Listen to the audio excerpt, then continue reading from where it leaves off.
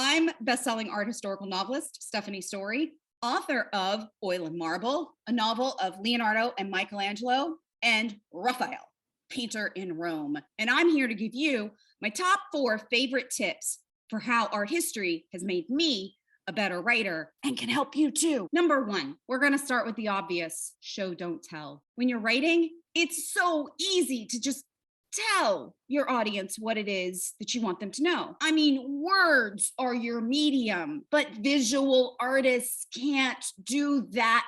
They don't use words. I mean, unless you're Liechtenstein with a pop and a wow and a kiss me now or whatever. But in this case, let's just ignore him. Artists must tell their story in a single visual frame. Just look at how Botticelli told this whole story about this goddess being born. Or Vermeer tells these really quiet, intimate tales of women reading letters.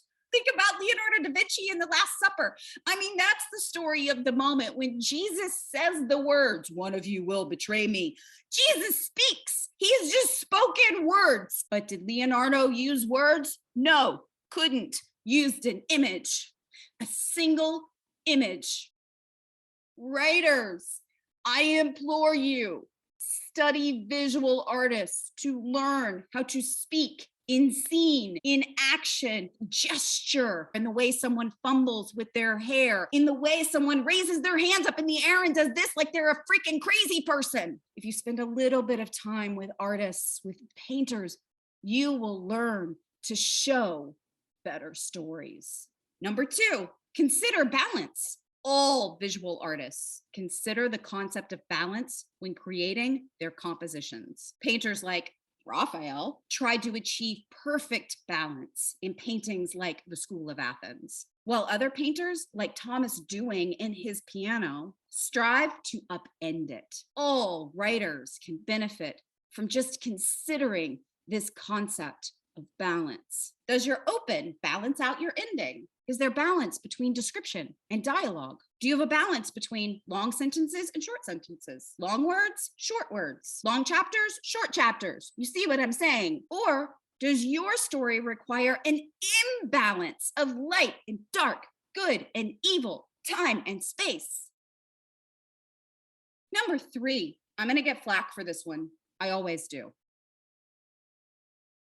Apprentice artists are taught to copy the old masters. First, you have to learn how to handle paint like Rembrandt, or deal with colors like Titian, or draw like Leonardo. And to do that, you have to copy the masters who have come before you. But writers shy away from this all the time, and I don't know why. Write a story like Bronte or a sentence like Hemingway. Challenge yourself to write like Gertrude Stein, Virginia Woolf, E.E. Cummings. I promise you will not lose yourself by copying others. You will just become better at your craft. Number 4.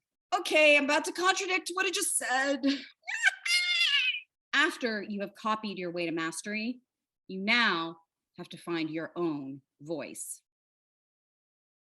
When we walk into a museum, my husband will stop me at the beginning of the room when I can't yet read any of the plates on the museum walls and say, "Who is that?" He makes me identify all of the artists by name. And you know what?